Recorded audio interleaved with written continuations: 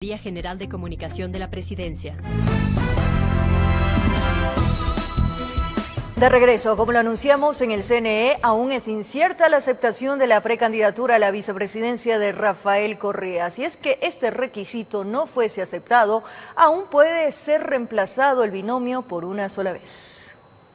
En el CNE aún no consta el nombre del postulante a la vicepresidencia, Rafael Correa. Pero Centro Democrático tenía un as bajo la manga, pues Correa fue mocionado por parte del partido como candidato a la legislatura por la circunscripción Europa, Asia y Oceanía, que al momento está designada y aceptada por el ex canciller de la República, Guillaume Long, en el consulado de Ecuador en Francia. Pero en el caso de que este dimita, la posta la podría tomar Correa, pero se trataría de un segundo intento por formar parte de la papeleta. ¿Pero qué riesgo implica? Bueno, ahí lo que existe es el riesgo de que sean descalificadas las dos candidaturas, porque está prohibido por la legislación electoral postularse para dos dignidades. Y es que hasta este miércoles se pueden aceptar las precandidaturas de manera presencial ante el Consejo Nacional Electoral. Correa tampoco ha podido hacerlo como candidato a la vicepresidencia.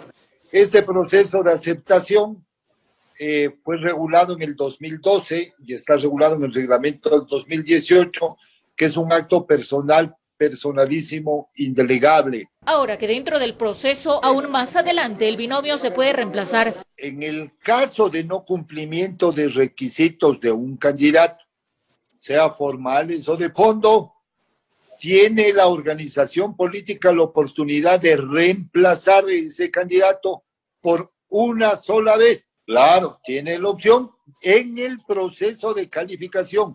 Tropiezos que implicarían complicaciones en el binomio Correa-Arauz, que le podrían pasar factura más adelante, pues hay riesgos que con la no aceptación deberán afrontar. Y eso va a impedir que el Consejo Nacional Electoral califique esta candidatura, tanto la presidencial como la vicepresidencial, y eso eventualmente, le insisto, podría dejar fuera de la contienda electoral a ese eventual binomio del Centro Democrático. Esto tomando en cuenta que el exmandatario se encuentra en un proceso judicial por el caso Sobornos 2012-2016. Abdalá Bucaram también se encuentra en el mismo camino. No ha podido presentarse de manera presencial para la candidatura a la Asamblea, pues se encuentra con arresto domiciliario. Hasta el momento, solo Virgilio Hernández ha podido aceptar la candidatura al Parlamento andino, pese al proceso judicial que pesa en su contra. Informó Marilyn Caramillo. Cambiamos de tema. Daniel Mendoza por segunda ocasión amplió su versión por el supuesto delito de delincuencia organizada relacionada a la construcción del Hospital Básico de Pedernales. La diligencia legal se desarrolló de forma reservada. Tal como llegó a la Fiscalía General del Estado, custodiado por miembros de élite de la Policía Nacional, salió el ex asambleísta Daniel Mendoza, luego de ampliar su versión por segunda ocasión libre, voluntaria y sin juramento. La diligencia legal duró más de 6 horas, en la cual Mendoza señaló, ante la solicitud de Eliseo Azuero para efectivizar los mencionados cheques, le solicité a mi asesor Giancarlos Benavides que se pusiera en contacto a la persona delegada de Eliseo Azuero con el gerente del banco. En otra parte manifiesta, entiendo que en primer momento no tuvieron problemas en efectivizar valores, pero más adelante, producto de la poca movilidad debido a la pandemia, se complicaron dichas gestiones, momentos en el que empecé a recibir llamadas insistentes de Eliseo Azuero, indicándome que debía cumplir con sus compañeros de bancada. Mendoza fue llevado nuevamente a la cárcel 4 Norte de Quito por el supuesto delito de delincuencia organizada relacionado a la construcción del Hospital Básico de Pedernales. Este miércoles por la tarde también estaba previsto receptar la versión de Eliseo Azuero, pero no se dio, informó Héctor Romero. El ex consejero presidencial Santiago Cuesta compareció ante la comisión multipartidista que investiga al asambleísta Eliseo Azuero. Sin precisar nombres, mencionó que cuando fungió en su cargo, asambleístas, periodistas y empresarios le solicitaron favores. Las preguntas realizadas a Santiago Cuesta fueron directas. La legisladora Amapola Naranjo se encargó de la formulación de las mismas.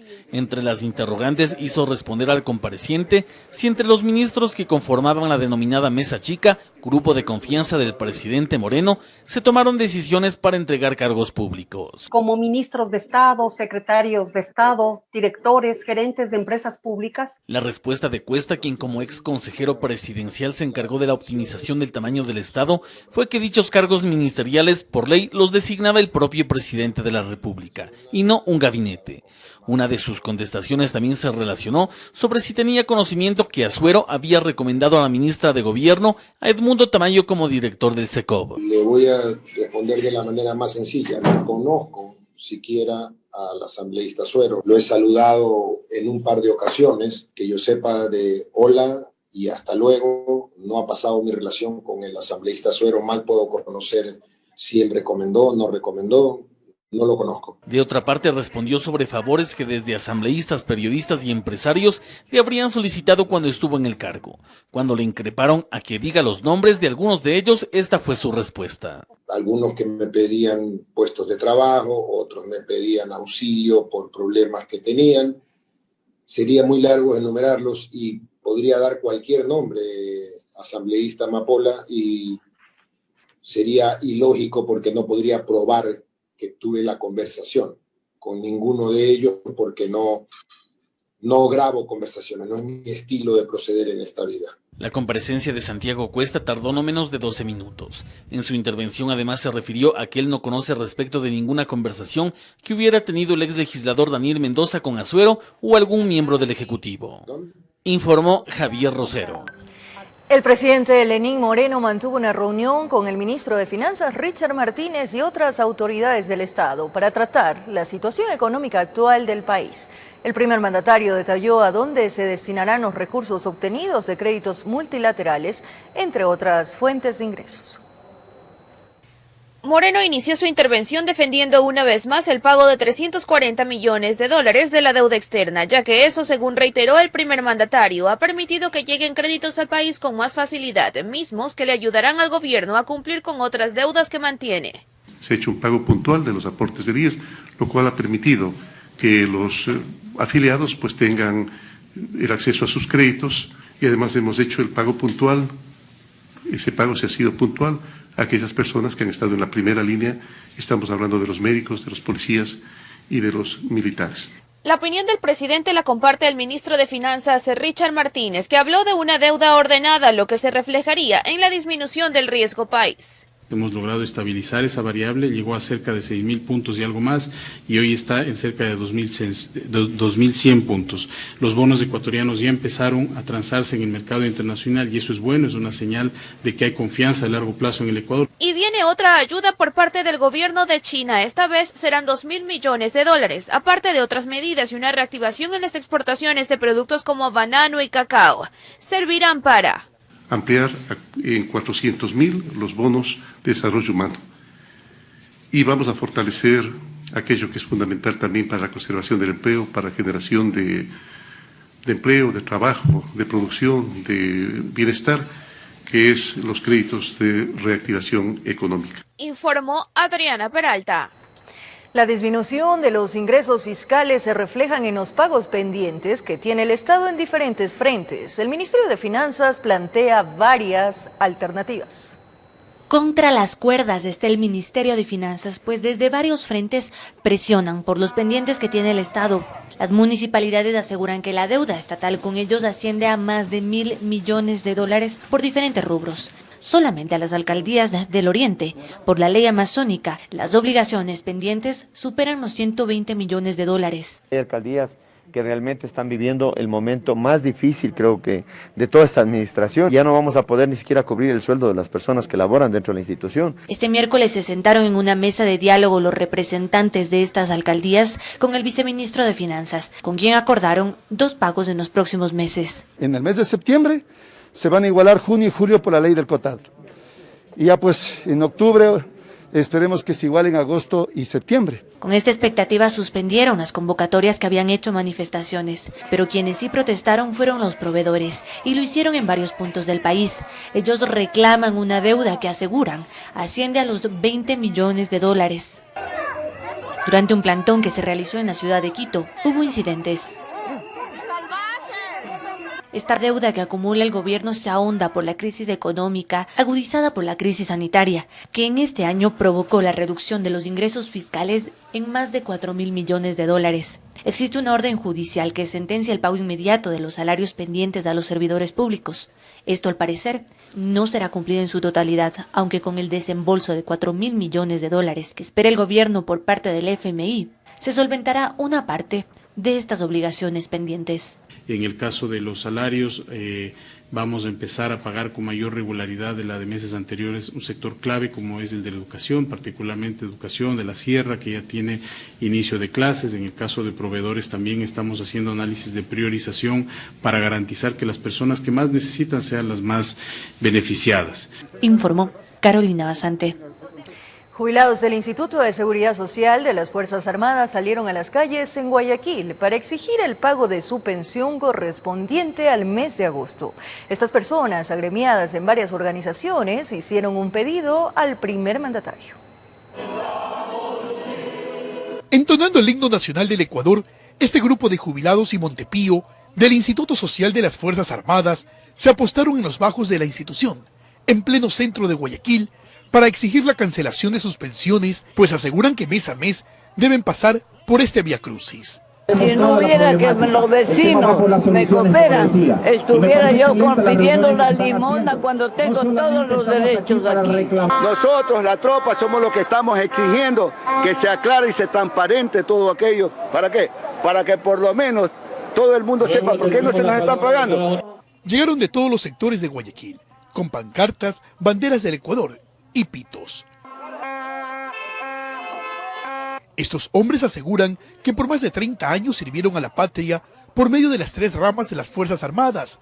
Hoy enviaron una carta al gobierno nacional pidiendo que se priorice el pago de sus pensiones, que se abastezca de medicina a las instituciones que brindan atención al personal y sobre todo dan a conocer varias alternativas que ayuden a mejorar la situación del ISFA. Nosotros tenemos alrededor de 30 bienes que están botados, entre terrenos, entre edificios, de que no se ha hecho nada. Ahí tenemos dinero para recuperarlos. Luego de hacer un minuto de silencio en memoria de sus compañeros que fallecieron por COVID-19, estas personas decidieron salir en una marcha pacífica por las principales calles del centro de Guayaquil. La caminata llegó hasta los bajos de la gobernación del Guayas, donde una vez más entregaron una carta pidiendo solucionar este problema que mes a mes lo enfrentan. Informó Carlos Julio Gurumendi. La Coalición Salud y Vida Ecuador presentó una acción de protección en la Corte Constitucional para que se autorice el dióxido de cloro como medicina alternativa, lo que genera reacciones de quienes están en contra de su uso por su efecto nocivo. Son quienes respaldan el uso del dióxido de cloro como tratamiento para el coronavirus. Forman parte de la Coalición Mundial de la Salud y Vida de Ecuador. Sus representantes presentaron una acción de protección en la Corte Constitucional para que se autorice el uso del químico como medicina alternativa. Permita a los médicos, de acuerdo a lo que dice la Declaración de Helsinki y los derechos humanos y nuestra Constitución, que les permitan con el consentimiento informado del paciente suministrar el dióxido de cloro antes de que llegue a una tercera y cuarta fase de contaminación. Quienes forman parte de la coalición aseguran que han ingerido el dióxido de cloro, que el compuesto brinda oxígeno por lo que mata el COVID y que la sustancia no es nociva para la salud. Todos los que estamos acá usamos el dióxido de cloro, estamos inmunizados, hemos estado con personas COVID positivas, no nos hemos contagiado y tenemos miles de casos de personas que han recuperado su salud. Está claro que en nuestro país no está autorizada la comercialización ni uso del dióxido de cloro como medicamento por la falta de evidencia científica. El docente de la Universidad Central, Pablo Araujo, explica por qué es perjudicial para la salud.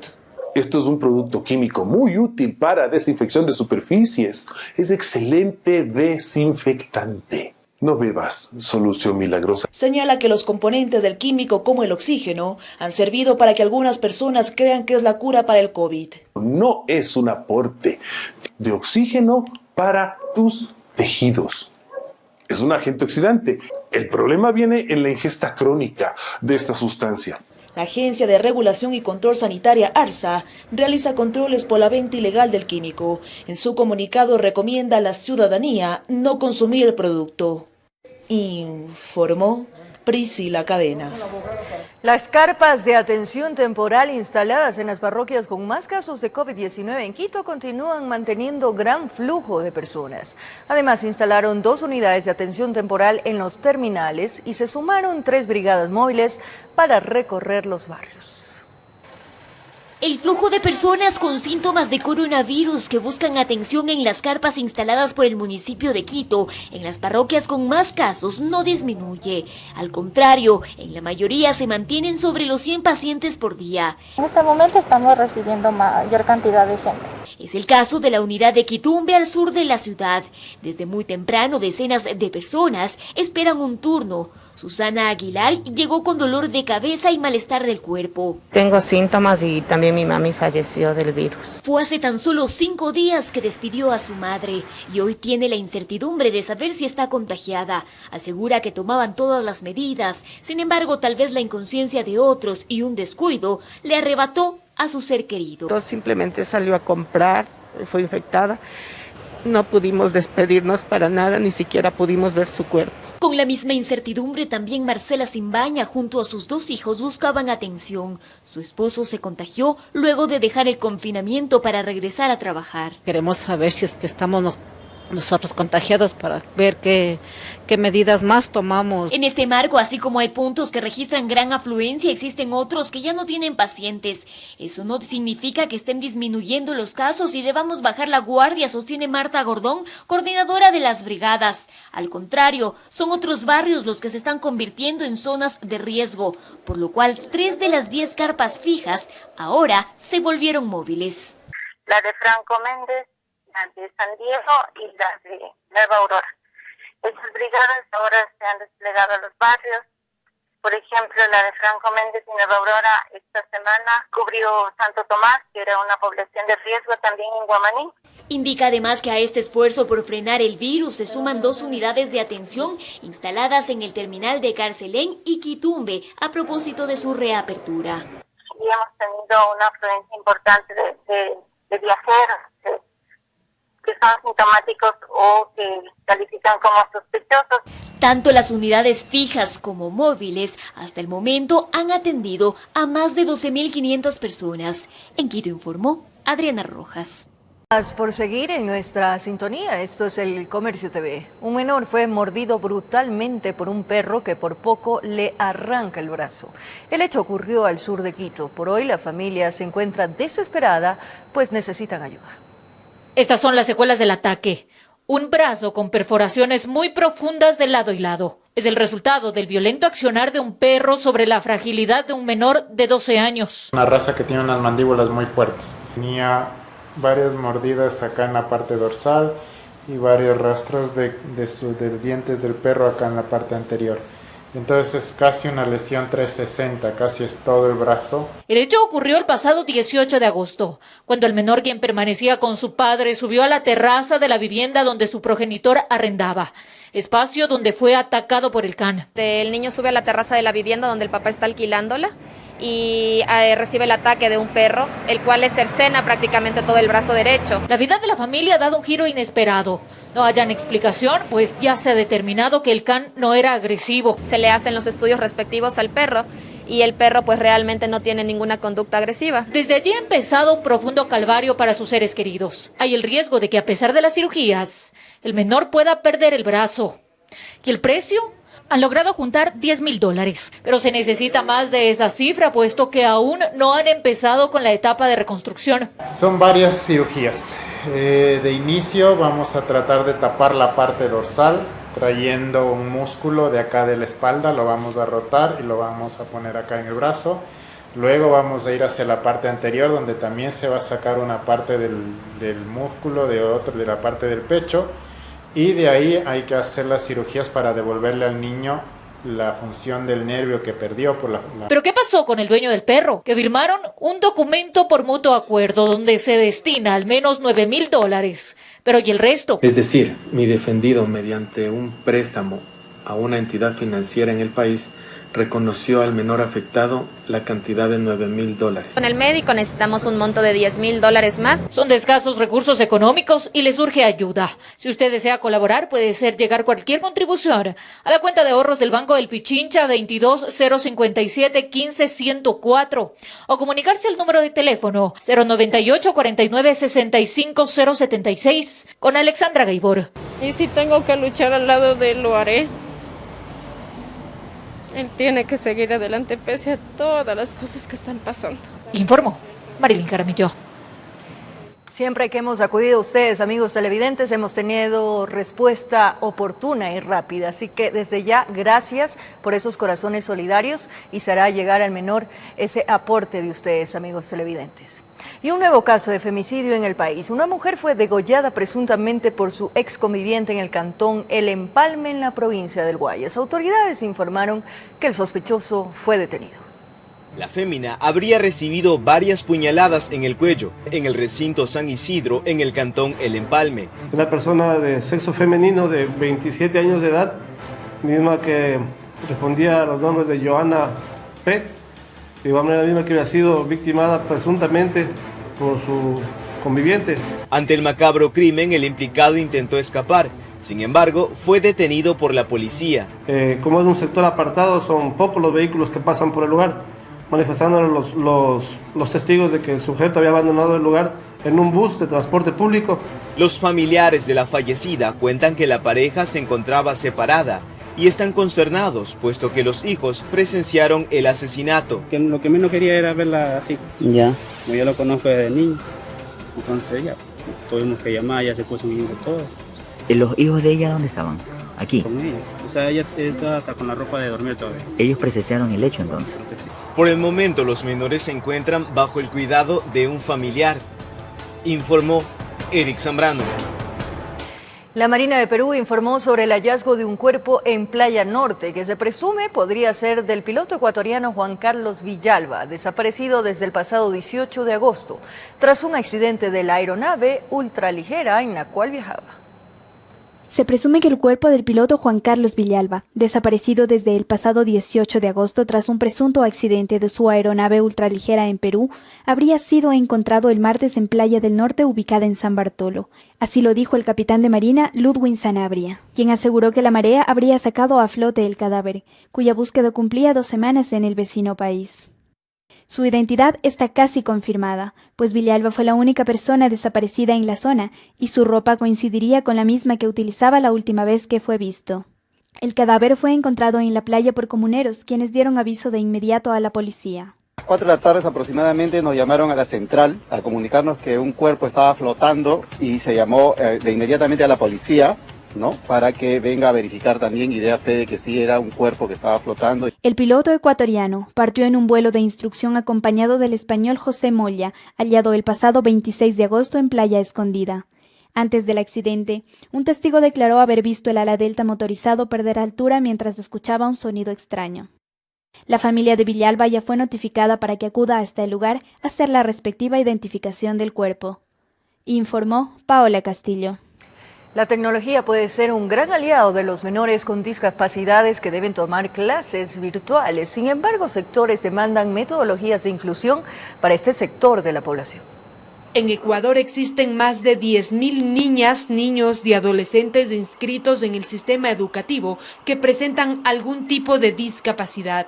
En este retorno a clases en el régimen Sierra y Amazonía, los padres de familia de este sector de la población expresan sus temores. Que los docentes y las docentes no se empoderen de que tienen dentro de su aula a una persona con una necesidad educativa especial. Gabriela Aguinaga es madre de una niña de 8 años que presenta síndrome de Down. La menor está inscrita en una escuela fiscal. Sin embargo, la experiencia de su hija con la tecnología no es mala. La tecnología, cuando es bien usada y cuando pues los docentes tienen capacidad de brindar ese apoyo a una persona que necesita como esto, ¿no? Una herramienta extra para el aprendizaje es realmente algo muy positivo. La capacitación y creatividad son necesarias al momento de dictar clases virtuales. Hay cosas que tienen que irse mejorando, tienen que ir cambiando. Tiene que haber una flexibilidad entre el docente y el padre de familia. ¿Qué pasa, por ejemplo? Tengo 2 niños con discapacidad y solo tengo un computador. Puedo decirle al docente, podemos tal vez ver un cambio de hora. La Fundación Sumatex La Equidad recomienda algunas adaptaciones. Hablamos intérprete de lengua de señas, audiodescripción para niños con discapacidad visual, adaptaciones curriculares para niños con discapacidad intelectual, espectro autista y diferentes condiciones. Y advierten falta de preparación para la atención de este sector de la población. Hay muy pocos padres que usan la lengua de señas, hablando de los niños sordos, para comunicarse con sus propios hijos. La educación inclusiva sigue siendo un reto en el país, en donde solo el 61% de los hogares que tienen a un menor con discapacidad posee internet. Informó Valeria Navarro. Las terminales terrestres de Quitumbe y Carcelén reanudaron sus operaciones. Durante el primer día de funcionamiento, los destinos con mayor demanda fueron los de la costa. Sin embargo, en algunos casos debieron hacerse transbordos para llegar, pues solo existe conectividad con los cantones con semáforo amarillo y verde. A escala nacional, 48 terminales terrestres están habilitadas. Todas corresponden a cantones cuyo semáforo es amarillo o verde, con el propósito de disminuir los riesgos de propagación del coronavirus en el país. La capital, desde este miércoles, reanudó las operaciones en las estaciones de Quitumbe y Carcelén. Muchas personas desde temprano llegaron para conseguir un boleto. El propósito de varios era reencontrarse con su familia. Sí, es que ya están mis hijos, pero ya tuve que quedarme aquí, pero los voy a dar ver a ellos porque no los veo desde diciembre. Gracias a Dios ya puede circular. Estoy de visita de mi familia, que hace ya bastante no la veo. Sin embargo, en algunos casos debieron hacer transbordos. Varias de las rutas usuales aún no se retoman, pues existen cantones cuyo color de semáforo es rojo y allí las restricciones son mayores. Pero ya qué más da, ya toca pues. Las terminales de Quito trabajarán con un 75% de aforo por unidad y un 40% del total de cada flota. Las autoridades monitorearán su cumplimiento. Quien no tenga mascarilla no podrá entrar al terminal y quien se la quite dentro del terminal será retirado del terminal. Lo mismo, eso sucederá en el transporte, en las unidades de transporte, ¿no? Funcionarios de la MT vigilarán que los buses estén en óptimas condiciones y que los conductores tengan sus documentos en regla. Siempre que tengan puntos, ¿no? Nosotros vamos a controlar que tengan puntos y que si se encuentren caducadas, hacer el procedimiento para solicitar que se puedan renovar las licencias, porque ese proceso ya está activo. La Agencia Nacional de Tránsito diseñó un sistema de control para los usuarios. A través de llamadas monitorearán que quien utilizó un bus no presente síntomas de COVID-19 hasta 15 días después del viaje. Tú cuando vas y contratas o compras un boleto, inmediatamente entras a un sistema, sí, con el número telefónico y te vamos haciendo un seguimiento con los médicos ocupacionales de las operadoras. Las operaciones de las terminales terrestres en Quito se evaluarán cada 15 días. Del cumplimiento de las normas de bioseguridad y los índices de morbilidad y mortandad en la ciudad dependerá que progresivamente se extiendan las frecuencias de los viajes, informó Sofía Vintimilla. Los moradores del barrio Cataguango, donde queda la hacienda del mismo nombre, demandan la intervención urgente por la destrucción del bien patrimonial.